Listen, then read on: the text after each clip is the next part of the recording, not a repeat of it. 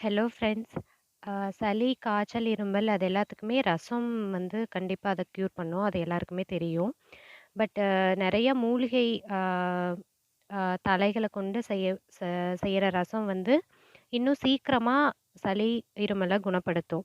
அதுல வந்து என்னென்ன தழை போடுறோம், அதோட மருத்துவ குணங்கள் என்ன அப்டின்னெல்லாம் இந்த வீடியோல பார்க்கலாம். ஃபர்ஸ்ட்டு நீங்க இத பார்த்துட்டு இருக்கிறது வந்து இதுக்கு பேர் வந்து பொடு தழை அப்டி சொல்லுவாங்க. இது வந்து பொடுகு அ அத வந்து சரி செய்யுமாம். அதனால இது வந்து பொடு தழைன்னு சொல்லுவாங்க.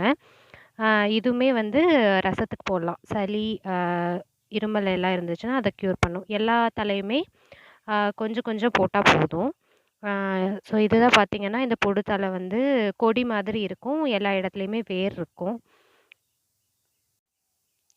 இத அப்படியே வச்சீங்கன்னா, ஃபுல்லா கொடி மாதிரி படர்ந்து வரும். இதோட காய் வந்து அ அன்னாச்சி பழம் மாதிரி இருக்கும். பூ வந்து வெள்ளையா இருக்கும். இது ரொம்ப சின்னதா, குட்டியா தான் இருக்கும். ஆ ஸோ இதுதான் வந்து ஃபர்ஸ்ட்டு பொடுதலை அப்படி சொல்றாங்க.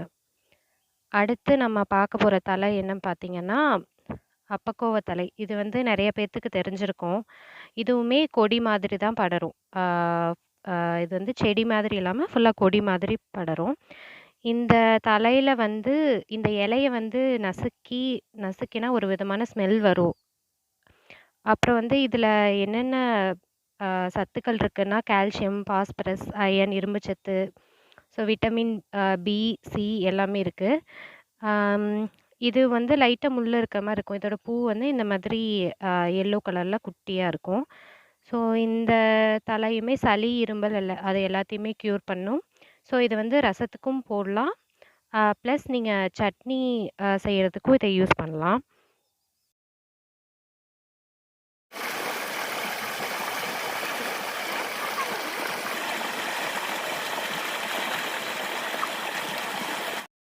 அடுத்த தழை என்னன்னு பார்த்தீங்கன்னா, முசுமுசுக்கை அப்படி சொல்லுவாங்க. இது வந்து கொஞ்சம் முள்ளு முள்ளா அ முசு முசுன்னு இருக்கும். அது வந்து முசுமுசுக்க தழை அப்படி சொல்லுவாங்க. அ இது வந்து ஆஸ்துமா, சளி, இருமல் அது எல்லாத்தையுமே க்யூர் பண்ணும். இந்த மாதிரி இலை, தண்டு எல்லாமே கொஞ்சம் குத்துற மாதிரி இருக்கும். இதோட பூவும் எல்லோ கலர்ல தான் இருக்கும். ஆனா ரொம்ப குட்டியா இருக்கும். இது வந்து முசுமுசுக்கை தழைன்னு சொல்லுவாங்க. இதுவுமே கொஞ்சம் ஒரு 4, 5 தழை போடலாம். எல்லா தழையிலுமே ஒரு 4, 5 தழை எல்லாத்தையும் சேர்த்து போட்டு, நம்ம ரசம் வச்சு குடிக்கும்போது, சளி, இருமல் எல்லாமே சீக்கிரமா குணமாகும். இதுதான் வந்து முசுமுசுக்கை தழை அப்படின்னு சொல்றது. இதுவுமே கொடி மாதிரி ஃபுல்லா படரும். நெக்ஸ்ட்டு என்ன தழைன்னு பார்த்தீங்கன்னா, கொடிவேலி அப்படின்னு சொல்லுவாங்க. இது வந்து வேலியோரம் எல்லாமே சும்மா படர்ந்திருக்கிற மாதிரி இருக்கும். ஆனா, இதில வந்து நெறையா மருத்துவ குணங்கள் இருக்கு. இது வந்து கால்ல ஆணி வருது இல்லையா? அதுக்கு வந்து அ போட்டா அந்த ஆணி வந்து சீக்கிரமா குணமாயிரும்ன்னு சொல்றாங்க. இதுதான் அதோட பூ. ஆம் இது மொட்டு இப்படி இருக்கும். இந்த இலையுமே சளி, இருமல் அதுக்கு வைக்கக்கூடிய ரசத்தில போடலாம். ஸோ, இதுவும் ஒரு 4, 5 தழை வந்து பறிச்சுக்கணும். இதோட பூ பார்த்தீங்கன்னா, நல்லா வெள்ளையா மல்லிகை பூ மாதிரியே இருக்கும். ம் இதுதான் அதோட பூ. எப்படி ஒயிட்டா இருக்கு பாருங்க. இந்த மாரி செடியெல்லாம் நம்ம சும்மா வேலியோரத்தில பார்த்துருப்போம். நெறைய பேரு இந்த செடிய பார்த்து கூட இருக்க மாட்டோம். ஆனா, இந்த செடியிலலாம் இவ்ளோ மருத்துவ குணங்கள் இருக்கு அப்படின்றது வந்து யாருக்குமே தெரியாத விஷயம். பட் நம்ம இது எல்லாமே தெரிஞ்சுக்க வேண்டிய விஷயமா தான் நான் நினைக்கிறேன். நெக்ஸ்ட்டு செடி பார்த்தீங்கன்னா, இதுக்கு பேர் வந்து சங்கங்கொழுந்து அப்படின்னு சொல்லுவாங்க. இல்ல முள் சங்கை அப்படி சொல்லுவாங்க. இந்த செடியுமே ஃபுல்லா வந்து முள்ளு முள்ளா இருக்கும். யா பார்க்கறதுக்கு வந்து கொஞ்சம் எலுமிச்சை தழ மாரி தான் இருக்கும். அதேமாரி இதோட அ டிப்ல இந்த இலையோட டிப்ல பார்த்தீங்கன்னா, கொஞ்சம் முள்ளு இருக்கும். ஸோ நம்ம பறிக்கும்போது அந்த முள்ள எடுத்துட்டு ரசம் வைக்க வந்து நம்ம யூஸ் பண்ணிக்கணும். இந்த செடியோட இன்னொரு முக்கியமான யூஸ் என்னன்னா, நெறைய பேத்துக்கு வந்து உப்பு சத்து அதிகமா இருக்கும். அதாவது அ உப்பு அதிகமா இருக்கனால நம்ம உப்பு சேர்த்துக்க கூடாது அப்படின்னு சொல்லுவாங்க. அந்த மாரி இருக்கிறவங்களுக்கு இந்த உப்பும், இந்த தழையும் போட்டு அ வறுத்துட்டு, அதுக்கப்புறமா நம்ம அந்த உப்ப சேர்த்துக்கிட்டோம்னா, உப்பு சத்து வந்து வராது அப்படின்னு சொல்றாங்க. இதுதான் அதோட பழம். அந்த ஒயிட் கலர்ல இருக்கிறது. இந்த ஒயிட் கலர்ல இருக்கிற பழத்த வந்து நம்ம சும்மாவே பறிச்சு சாப்பிடலாம் அப்படின்னு சொல்றாங்க. ஸோ அடுத்து நம்ம நெக்ஸ்ட் பார்க்க போற தல என்னன்னா, நொச்சி. இத பத்தி நெறைய பேர் கேள்விப்பட்டிருப்பீங்க. இதுவுமே வந்து சளி, இருமல், காய்ச்சல் அதுக்கு எல்லாமே இது பண்ணலாம். நெல்லு, அரிசி அதெல்லாம் நம்ம மூட்டையில வச்சிருக்கும்போது நெறைய அந்து பூச்சி, மற்ற பூச்சி அந்த மாரி பூச்சியெல்லாம் வரும் இல்லையா? அப்ப வந்து இந்த தழைய பொறிச்சு அந்த மூட்டைல வச்சோம்னா, நமக்கு பூச்சி எதுவுமே வராது. ஸோ இது வந்து ஒரு பூச்சி விரட்டியாவும் நம்ம பயன்படுத்துறோம். அடுத்து பார்த்தீங்கன்னா, நாயுருவி அப்படின்னு சொல்லுவாங்க. இது வந்து முக்கியமா நுரையீரல்ல சளி, அதாவது லங்ஸ்ல வந்து நம்மளுக்கு சளி இருக்கும் இல்லையா? அத வந்து க்யூர் பண்றதுக்கு யூஸ் பண்றாங்க.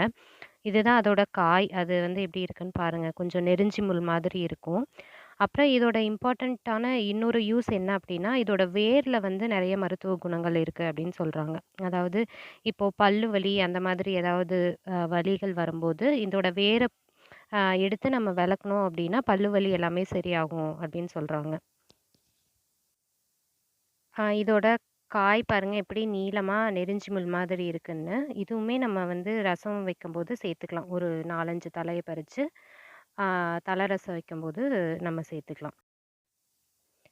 இப்ப நீங்க பார்த்துட்டு இருக்கிற செடி வந்து புல்லதங்கா செடி அப்படின்னு சொல்லுவாங்க. இதுவும் அப்படியே கொடி மாதிரி படர்ந்திருக்கும்.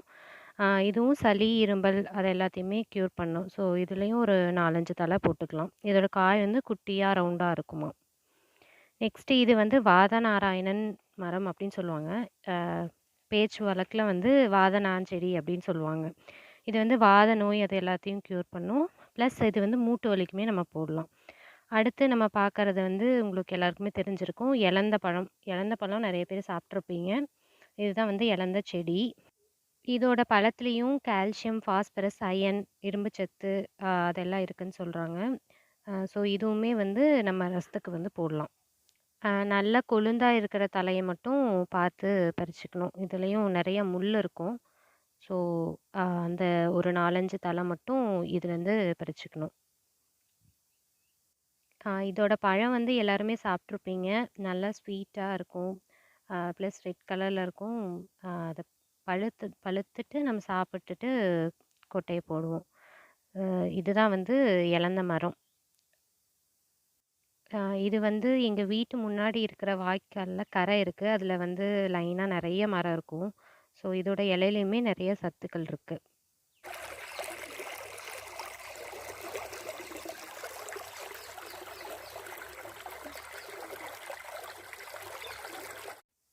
இந்த செடியும் நெறைய பேத்துக்கு தெரிஞ்சிருக்கும். ஆமாங்க. இதுதான் வந்து தூதுவளை செடின்னு சொல்லுவாங்க. நம்ம எல்லாருமே தூதுவளைனா அந்த பாட்டுல தான் கேள்விப்பட்டுருப்போம். பட் செடி எப்படி இருக்கும்னு நானுமே இப்ப தான் பார்க்குறேன். அ இதுலயும் நெறைய முள் இருக்கும்.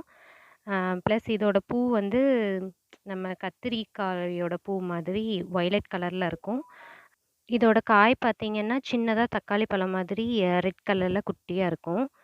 ஸோ இந்த வீடியோ எல்லாருக்கும் பிடிச்சிருக்கும்னு நெனைக்கிறேன். யூஸ்ஃபுல்லா இருக்கும்னு நெனைக்கிறேன். அப்படி உங்களுக்கு பிடிச்சிருந்துச்சுன்னா, லைக் பண்ணுங்க, ஷேர் பண்ணுங்க, சப்ஸ்கிரைப் பண்ணுங்க. தேங்க்ஸ் ஃபார் வாட்சிங். பாய்.